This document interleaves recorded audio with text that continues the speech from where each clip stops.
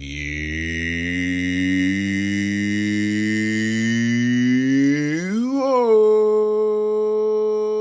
Orns. Greetings, fellow Watford fans. Omar here, and it's time for the You Orns 10-minute take on Leeds 2, a Watford 1. Well, Watford played a whole lot better tonight at Elland Road than they did 72 hours ago at Kenilworth Road. The Doggy Kennel was a house of horrors for the Hornets, but not so much tonight when it came to travelling up north to Yorkshire to take on a Leeds side who was striving to get back to the top of the championship table. Watford somewhat thwarted that in this one. I think they're second now, Leeds, as of the end of this game, but the result was that Watford lost the game thanks to two howlers from Daniel Bachmann in the first 7 minutes of the game that really settled things for the home side, who I don't think played particularly well in the second half. Watford, with their pressure on Leeds, and Watford played a lot better, as I said, than they did on Saturday. Looked really good in the second half. To be fair, I did not see the first half of the game, but the second half, Watford were really good. Looked very good, easy on the eye, controlled possession. Leeds gave up a lot of space to us in the second half. And after those two goals went in the first 7 minutes of the game, Daniel Batman's errors were really egregious on both of those. Watford somehow found the character to halve the arrears just 2 minutes into the second half. Quadwell Barr, who started, he was one of six changes made to the starting lineup, although I think Quadwell Barr may have even started on Saturday as well. I don't even remember now. But there were six changes to this lineup from the team that lost at Luton. And you could see how much better the team had played. The second half, particularly for me, since that was the only half of the football I saw, was noteworthy for Watford's control of possession, which they did not do well at all on Saturday. And the Watford side, who were really battered on Saturday, looked like a completely different outfit tonight as they showed a lot of fight, a lot of heart, a lot of spirit, and a lot of tenacity against the Leeds side, who were flying high, but I think looked a little bit vulnerable in this game, giving us a lot of open space in the second half in particular, that Watford did finally take advantage of, literally just 2 minutes into the restart, to be fair. Quadwell Barr, who really does electrify, was the Watford's player of this game in defeat. Got his second championship goal of the season with a really good incisive run down the right side along the box. And then with a rebound, he got the ball and then poked it home past the goalkeeper Meslier to give Watford a lifeline. Tom Ince came really, really close to equalizing just minutes later with a good free kick. His set pieces were excellent all night long. Can Ince take these set pieces for the rest of the season, please? He has been excellent with set pieces. Today, he was fabulous with them and should have scored. Meslier had to make a big save to avoid it being 2-2. Ince, I think, does add you a little bit of something. He may not always go noticed in a game, but he certainly can affect the games at times, away from home in particular. He was good against Manchester City, scoring the only goal there in that defeat in the Carabao Cup toward the end of the match, and he was very effective at times in this contest. But you really got to look at Barr as the player who's got to start these games now for Watford, as Leeds, who really were taken out of the game for the first 15 to 20 minutes or so of the second half, began to grow into the game once Daniel Farker made three critical changes for them. And I think those changes really changed the balance again of this game. And I think that was the biggest moment of this game. Leeds got the balance back and finally began to tilt the game to their favor. Watford never really applied the kind of pressure that was needed against a side like Leeds, especially away from home in a midweek game at Elland Road, where it can be particularly difficult to get wins. Remember, Watford had this team on their heels, but could not quite get over the hill entirely to get back in the swing of things. And as a result, Watford would lose this game. Now, look, you can't be disappointed about the Watford performance tonight.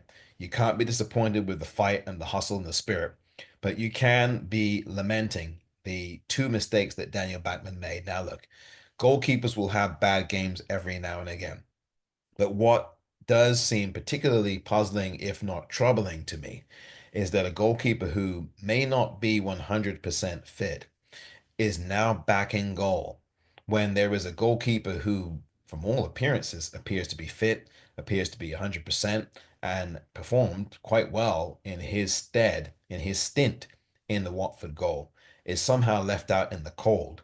And if there's no disciplinary problem, and certainly Jonathan Bond should have played the game because he was on the bench, Why isn't he playing the game? And I do think that Tom Cleverley is probably feeling some pressure to be loyal to Daniel Bachmann in light of the 5 year or 6 year contract that Daniel Bachmann signed a couple of seasons ago. Maybe that's what's driving this. Don't forget, Tom Cleverley was a teammate of Daniel Bachmann not so long ago when they played in the Premier League. Perhaps that could be an issue. And so Tom Cleverley feels the need to be loyal to an ex-teammate. I don't know. Whatever it is, it's very puzzling because a lot of Watford fans have shared the view that I'm about to share, which is that Jonathan Bond should be starting these games. Now, look, Daniel Bachmann to me has some good attributes. He's a good shot stopper, very good at that.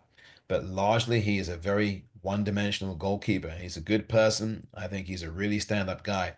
In terms of his technique on the pitch, his distribution isn't very good. His kicking isn't generally very good. And his command of his box and his area is not where I think it should be at this point. And so all of those things really weigh in favor of having Jonathan Bond, the veteran goalkeeper who had a good stint for Watford when he was here the last time, and of course played well when he was in between the sticks this season.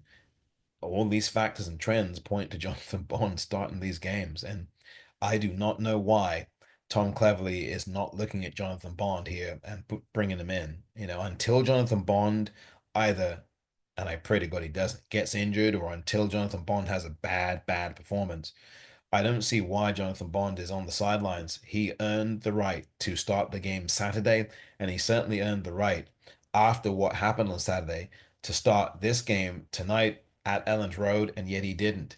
Six changes were made, but none of them was the goalkeeper being changed. And so for me, that's rather perplexing as a Watford fan, as a lifelong Watford fan. That is perplexing to me that the manager has not chosen to make that change. Now, I think what the manager should do for Saturday against Blackburn is make the change, put Jonathan Bond back in goal. Let Daniel Batman clear his head. He had a rough game, didn't play well in that first half from the highlights. I got to see the highlights, and those two goals were really poor, poor conceding goals for Daniel Batman. He made two big mistakes there in those first 7 minutes. Poor game. He did have better luck in the second half and played a lot better shot, stopped on a number of occasions. But I think that Daniel Batman needs to sit back down on the bench, get his head clear, and have Jonathan Bond steady the ship here and start to perform the way he performed the last time he was in the Watford goal.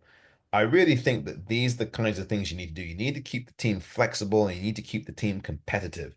And rather than make six big changes, and I understand why you make them after the debacle that we had 72 hours ago at the doggy kennel, but I think that if you were to regularly interchange players, you keep them fresh, you keep them honest, and you don't necessarily disrupt the shape of the team, but you do keep the personnel percolating and you do keep the competition fresh, which means that people will actively battle for places. But if you're playing the same lineup all the time, there is no suspense to be had. And what you want to create at Watford is a competition for places. And I get that you want to have a routine, same 11 to keep things in continuity. But what I think you really want, even more importantly than that, is a hungry squad, a squad that is hungry, a squad that's competitive, not only in training, but on the pitch, so that you can keep them fresh. You can interchange players rather than make big wholesale changes. If one player isn't having a good day, is having an off day, had a poor match, you bench him and put someone else in. Now, there are managers who choose to keep playing that same person that had a poor match so as to show that they have trust in them, to have confidence in them, and though perhaps they mean, or they probably with that maintaining of keeping in a player who's not been that good, perhaps they think that they will pay off some dividends going forward in the future because perhaps they think that those players will finally respond and reward their manager's trust in them. But Daniel Batman has had some issues lately. The Norwich game was a problem as well for him, where he had two blinders in that game that weren't good. Two goals rather, in the first few minutes of that game that weren't good either, that he should have saved. Two poor mistakes there as well. And look, I'm not trying to overblow things in any way. I'm simply saying that those are concerns. And Daniel Batman Only Daniel Bachmann knows why he wasn't able to get at those two shots tonight, and only Daniel Bachmann knows why at Norwich he had a similar fate with a couple of those goals. But in both instances, we saw a goalkeeper who looked shaky, lacked a bit of confidence perhaps, but again, he made some big saves in the second half of this game against Leeds, and he should be commended for keeping Watford at 2-1 because it could have been a whole lot worse. There should have been a 3-1 lead for Leeds, but straight in one-on-one, the Leeds player headed it straight at Daniel Bachmann. How on earth it didn't go in is beyond me. And also, there was a shot that hit the inside of the crossbar and stayed out, which was another one. So Watford really could have been down a lot more in this game. But the bottom line is that it was a better performance tonight. We didn't win. We obviously come out empty-handed. It's the first time, I think, in Tom Cleverley's entire tenure that we've lost back-to-back games. If I can think back to last season and this season, we had not lost back-to-back games this season or at any time under Tom Cleverley's tenure. But for the first time in his tenure, we have lost a second game in a row in the championship. And so we build again and we go again on Saturday afternoon against Blackburn Rovers at the Vic. Home sweet home, we only hope for the Hornets in a game that I think will be a very exciting contest. And Watford, if they can bring this effort into Saturday, I think there'll be a good chance that we can do well. This has been the You Orns 10-minute take.